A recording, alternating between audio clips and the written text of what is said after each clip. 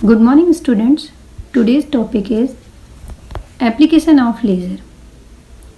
And one of the finest application of laser is non-linear optics.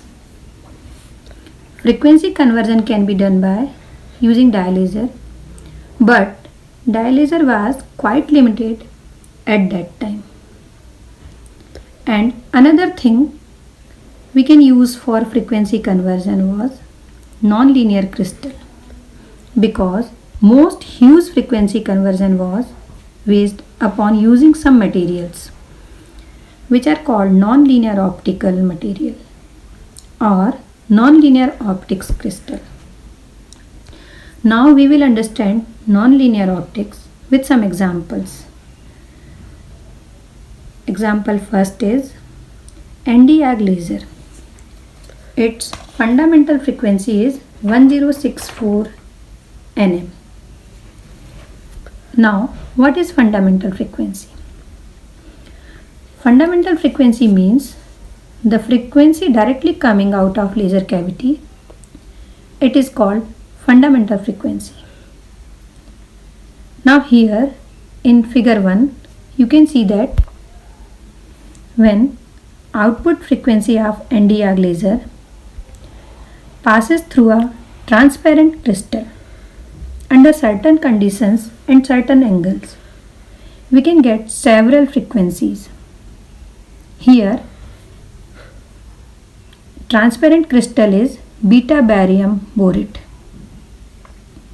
Now, here you can see that frequency 532 is exactly half 1064 nm and 266 is half of 532 nm.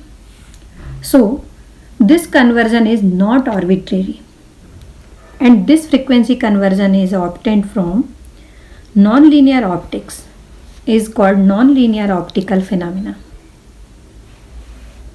The first observation of this kind of non-linear optical frequency conversion was obtained in ruby laser. So our second example is ruby laser. The frequency of ruby laser is 694.3 nm. The non-linear optics convert the frequency of ruby laser from 694.3 nm to 347.15 nm. And this is the first frequency conversion from non-linear optics.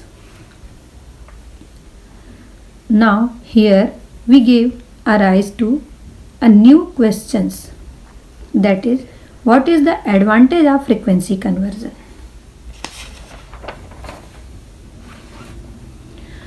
The advantage is the light which comes out from this non-linear optical medium is coherent, it has directionality, and still it has high intensity. So it possesses all the properties of laser light. Now here in figure 2, if we pass a fundamental frequency through non-linear optics and then light which comes out passes all the properties of laser, it may be harmonic or of some other wavelength, but it will be just like laser. Now, what is non-linear optics?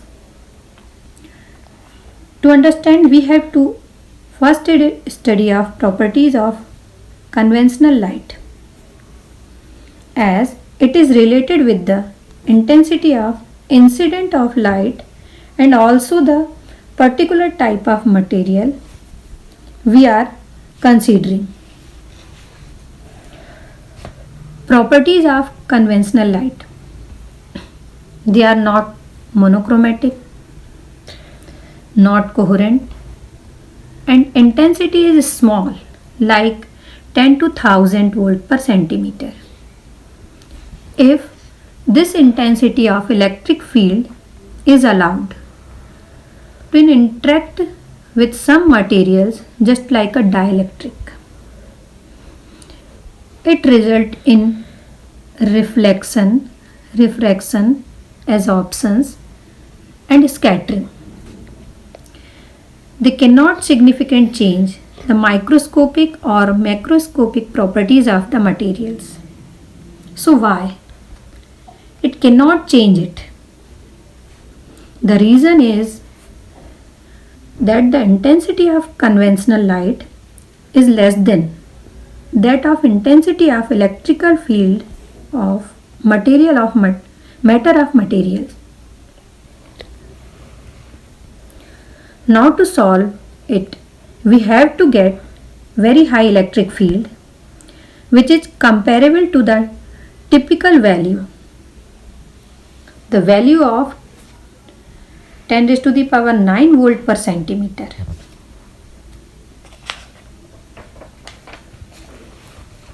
If we consider laser, particularly pulse laser, the frequency of pulse laser is greater than 10 raised to the power 12 watt per centimeter square. Now we have electric field of pulse laser which is about 10 raised to the power 6 to 10 raised to the power 8 volt per centimeter, which comparable to the typical value of intensity of the electric field within the material which is 10 raised to the power 9 volt per centimeter. Therefore, laser beam are in a condition to reach equilibrium position of the subatomic particles within the matter, basically electrons. If we consider a weak electric field E,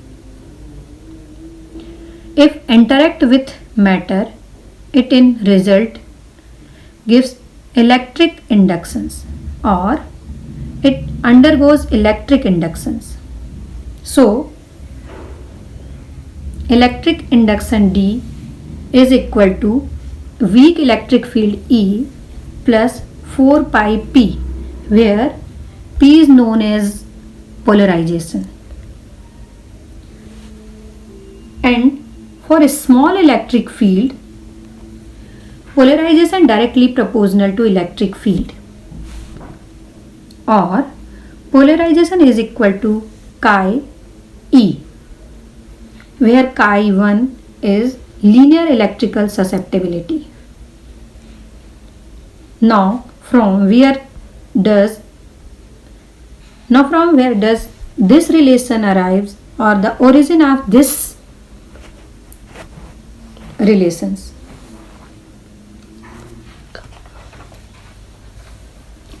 That we will discuss in the next part video, because polarization and susceptibility is heart of the nonlinear optics. Thanks a lot.